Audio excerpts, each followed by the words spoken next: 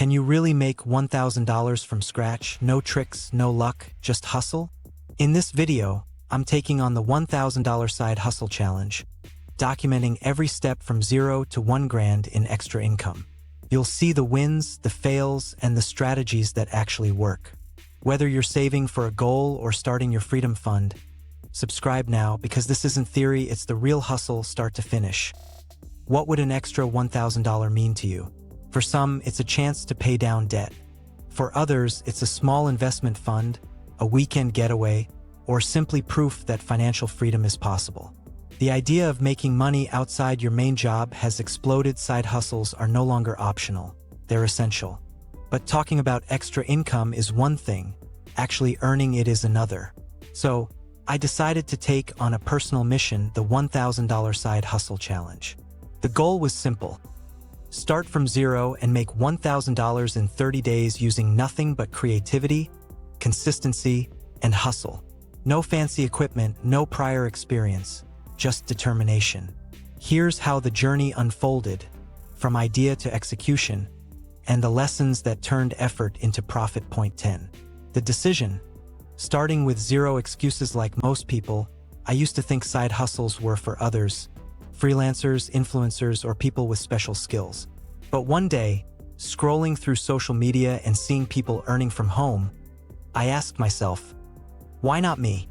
I wasn't broke, but I was tired of relying on a single paycheck. Inflation was real, and so was the pressure. So I decided to commit. No more someday. I gave myself 30 days to earn $1,000. I wasn't sure how, but I promised myself I'd track every step honestly. The wins, the setbacks, and the lessons. My only rule: I wouldn't spend money to start. I'd use free tools, my existing skills, and a lot of persistence. Point 9. The brainstorm. Turning skills into ideas. The first challenge was figuring out what to do. I listed my skills, hobbies, and resources. I could write, design, and market. I also had a phone, laptop, and internet access, enough to start almost anything online. After a few days of research, I narrowed it down to 3 hustles: freelance writing, selling digital products, and offering small services on Fiverr. Each idea had potential. Writing was my strongest skill, so I created a profile on Fiverr offering blog writing and SEO content.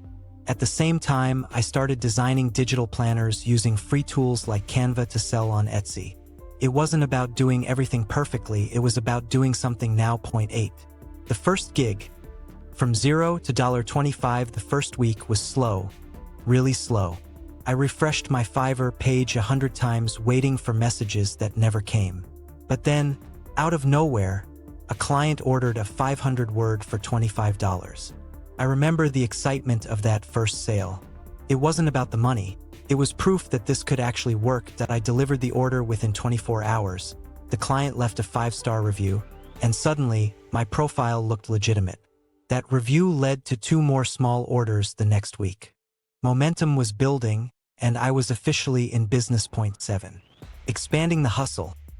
Adding new income streams. Once I realized one stream worked, I didn't stop there. I wanted to reach $1,000 fast, so I added multiple sources of income. I started listing digital planners and printable journals on Etsy. I joined an online tutoring platform to teach English part-time. I even began flipping and used items around my house on Facebook Marketplace. Old gadgets, books, and clothes. The money started trickling in from different directions. One $15 sale here, $30 there, and by the end of the second week, I had crossed $200. It didn't feel like much at first, but I began to realize that small wins stack fast when you stay consistent. Point 6. The grind. Balancing time and energy. By week 3, the hardest part wasn't the work. It was balancing it with my full-time job. I spent evenings writing and weekends creating digital products. Some nights I felt exhausted, but I reminded myself that every hour was an investment in freedom. That I created a routine. 2 hours after work every night were dedicated to side hustles. I treated it like a business, not a hobby. I stopped watching TV, reduced social media time, and turned my downtime into build time. It wasn't easy, but discipline separated the dreamers from the doers. Point 5. The turning point. Learning to sell myself, the biggest breakthrough came when I realized that side hustling isn't just about skill. It's about marketing. I learned how to write better Fiverr descriptions, use SEO keywords on Etsy, and promote my work on social media. One night, I posted a simple tweet showcasing my Fiverr gigs with a catchy caption. It went mildly viral, and the next morning I woke up to 5 new orders. That one moment taught me that visibility matters more than perfection. You can have the best product in the world, but if no one knows about it, it's worthless. Point 4. The numbers game. Crossing the $500 mark by the 3rd week, I had made over $500. Felt surreal, half the challenge done. Fiverr gigs brought in $350, Etsy products another $120, and Facebook Marketplace added $50. I wasn't just earning extra cash. I was building systems that could scale. I reinvested some of the earnings into upgrading my Fiverr packages and improving product designs. Instead of chasing quick wins, I started thinking long-term. The goal wasn't just to make $1,000 once. It was to create a foundation that could make $1,000 every month. Point 3. The final stretch. Working smarter, not harder. As the 30-day mark approached, I focused on efficiency. I streamlined my workflow, batching writing tasks, scheduling Etsy posts, and using templates to save time. I also started negotiating repeat projects with my Fiverr clients, and the last week, I landed a $100 writing project that pushed my total earnings to $970. By the end of the month, I received another small Etsy sale that took me past the finish line. I did it. $1,032 earned in 30 days. No magic, no luck, just consistent effort and smart strategy. Point 2. The reflection. Lessons from the challenge. The money was great, but the lessons were priceless. I learned that success isn't about starting big. It's about starting now. You don't need fancy gear, perfect timing, or endless experience. You need willingness.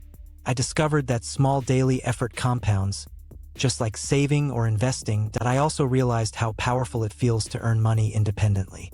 That $1,000 represented freedom, proof that I could create income on my own terms. It made me value my time differently. Every dollar I spent afterward carried more meaning because I knew what it took to earn it. Point 1. The bigger picture. Beyond the $1,000 goal, finishing the challenge wasn't the end. It was the beginning. That initial $1,000 gave me confidence to expand. I kept my Fiverr account growing, built a small Etsy brand, and explored new online opportunities like affiliate marketing and ebooks. What started as a 30-day experiment became a permanent part of my financial life. Side hustling turned from a backup plan into a mindset, the belief that I can always find ways to create value and earn more. Now, I don't just work for money. My money works for me. The $1,000 side hustle challenge proved one thing: consistency beats luck. Every click, call, and sale added up. If I can do it, so can you. Start small, stay focused, and scale your way to real income. If this video motivated you to begin your own challenge, hit like, share, and subscribe for more money-making experiments that turn side hustles into serious success.